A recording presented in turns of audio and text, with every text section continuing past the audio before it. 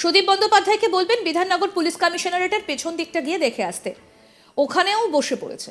Plant city বিধাননগরের মধ্যে কি করে অবৈধ মসজিদ তৈরি হচ্ছে ওনাকে একটু দয়া করে দেখে আসতে বলবেন। আর এটাও দেখতে বলবেন যারা ভারতের নাগরিক নয় তারা এখন বিধাননগর মিউনিসিপ্যাল কর্পোরেশনে ময়লা তোলার কাজ করছে। কি দেখে আসার কথা বললেন বিরোধী নেতা? তা নিয়েই প্রশ্ন উঠতে শুরু করেছে। বিধাননগর পুলিশ কমিশনারেটের পেছনে এমন কি আছে, কারা বসে আছে? দানা বেঁধেছে রহস্য। তাহলে রোহিঙ্গাদের বস্তি নয় তো? এই প্রশ্নটা উঠছে। বাংলায় রোহিঙ্গারা যে ঢুকছে তা আগেই বহুবার দাবি করে এসেছে বিজেপি।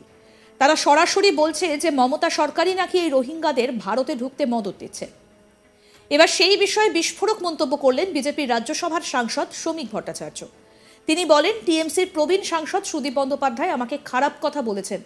আমি ফটো দিচ্ছি, দয়া করে দেখে নিন। সুদীপ বন্দ্যোপাধ্যায়কে বলবেন বিধাননগর পুলিশ কমিশনারেটের পেছনটা গিয়ে দেখে আসতে। ওখানেও বসে পড়েছে। প্ল্যান্ট সিটি বিধাননগরের মধ্যে কি করে অবৈধ মসজিদ তৈরি হচ্ছে ওনাকে একটু দয়া করে দেখে আসতে বলবেন। আর এটাও দেখতে বলবেন যারা ভারতের নাগরিক নয় তারা এখন বিধাননগর মিউনিসিপ্যাল কর্পোরেশনে ময়লা তোলার কাজ করছে। কি বলছেন বিজেপির সাংসদ শ্রমিক ভট্টাচার্য, আসুন শোনাই।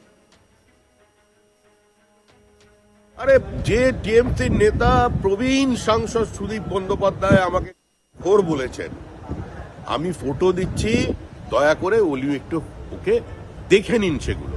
আর নিজে বিধাননগর পুলিশ স্টেশনে গিয়ে দেখুন যে 4 বার সাহা ইনস্টিটিউট অফ নিউক্লিয়ার ফিজিক্সের অথরিটি তারা সেখানে কমপ্লেন লজ করেছে, এভিকশনের দাবি তুলেছে, কিন্তু তারা এফআইআর করতে পর্যন্ত বলেছে কেন এখানে পুলিশ ইনঅ্যাকশন। আরেকটু সুদীপ বন্দ্যোপাধ্যায়কে বলবেন বিধাননগর কমিশনারেটের পিছনটা দেখে আসতে, ওখানেও বসে পড়েছে। সুদীপ বন্দ্যোপাধ্যায়কে বলবেন যে প্ল্যান্ট সিটি বিধাননগরের মধ্যে কিভাবে অবৈধ মসজিদ নির্মাণ হচ্ছে ওনাকে একটু দয়া করে দেখে আসতে বলবেন। আর এটাও দেখতে বলবেন যারা ভারতের নাগরিক নয় তারা এখন বিভিন্ন সময় বিধাননগর মিউনিসিপ্যাল কর্পোরেশনে ময়লা তোলার কাজও করছে।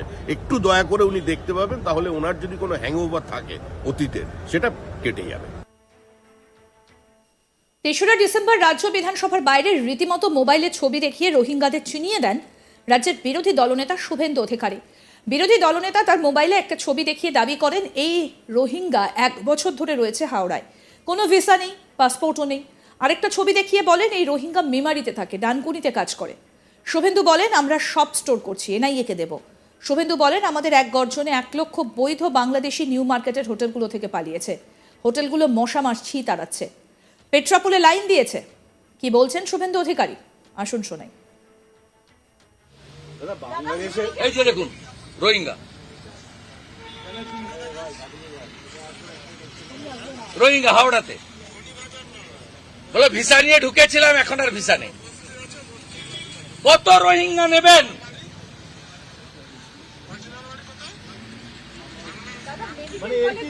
কত রোহিঙ্গা নেবেন? কত রোহিঙ্গা নেবেন? এই যে রোহিঙ্গা 1 বছর ধরে আগে এসছে, ভিসাও নেই, কিছু নেই। এই চোর তৃণমূলের ভোটার লিস্টে নাম তুলে দিয়েছে। তৃণমূলের 2,75,00,000 মধ্যে 2 কোটি মুসলমান, আর আমাদের 2,33,27,000 সব হিন্দু আর জনজাতিদের ভোট। বাংলাদেশের অস্থির পরিস্থিতি সামাল দিতে কেন্দ্রীয় সরকারের দায়িত্বের কথা মনে করিয়েছেন কালকে মুখ্যমন্ত্রী। কি বলবেন আপনি, আপনার রিঅ্যাকশন? মুখ্যমন্ত্রী আগে এনআরআই মেডিকেল স্ক্যাম সামলান। এনআরআই মেডিকেল স্ক্যাম 100 কোটি টাকায় 17 সাল থেকে মেডিকেলের কোটা বিক্রি হয়েছে। আজকে ইডি 20 জায়গায় রেড করছে। এটা আগে সামলান মুখ্যমন্ত্রী। তারপরে এই যে আরেকটা রোহিঙ্গা মেমারিতে থাকে, ডানকুনিতে কাজ করে।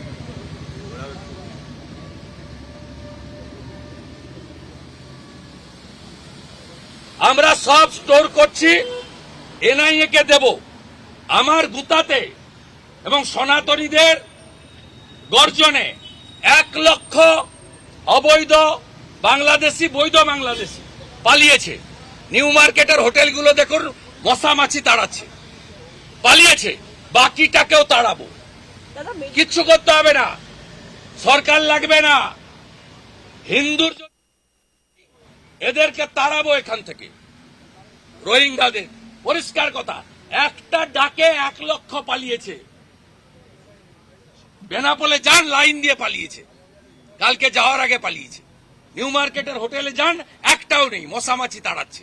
শ্যামলী পরিবহনে যান, একটা সিটে লোক নেই। 50টা হিন্দু সংগঠন আগামী পরশু বেলা 2টায় রানী রাসমণিতে জমায়েত ডাকছে। সাধু সন্ত সমাজ পশ্চিম বাংলার হিন্দুদের 2টোর সময় ধ্বজ আর জাতীয় পতাকা নিয়ে রানী রাসমণিতে আসার আবেদন করব।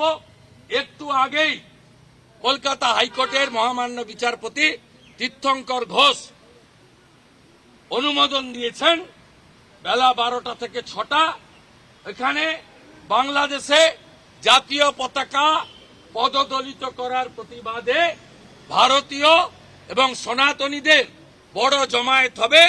ওই দিন থেকে আবার ঘোষণা করব কবে পেঁয়াজ আলু বন্ধ করব। দাদা, মেডিকেল কলেজগুলোর ক্ষেত্রে গতকাল একাধিক জনপ্রতিনিধির নাম ঘোষিত হয়েছে যারা রোগী কল্যাণ সমিতি থাকবে। পরিস্থিতির পরিবর্তন হবে এতে? পরিস্থিতির পরিবর্তন হবে? না না, কোনো পরিবর্তনের কোনো সিন নেই। যারা মানিক ভট্টাচার্যকে বিধানসভায় আপ্যায়ন করে, যারা পার্থ চ্যাটার্জির জামিনের জন্য ওয়েট করছে, তাদের কাছ থেকে বেশি কিছু আশা না করাই ভালো। এখন এনআরআই মেডিকেল কোটায় 17 সাল থেকে যে লুট হয়েছে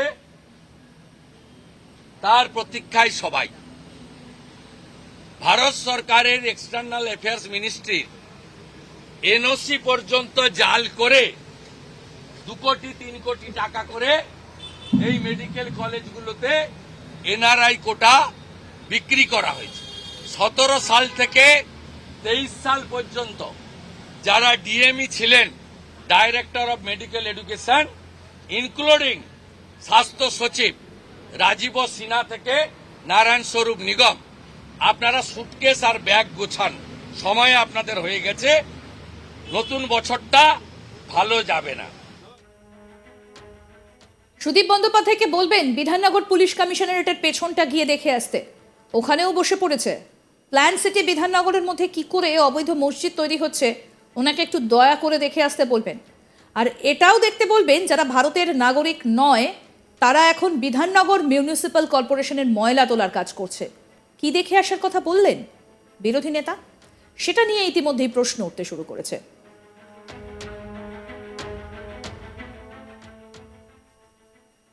আরও আপডেট পেতে দেখতে থাকুন আজ তাক বাংলা, সাবস্ক্রাইব করুন।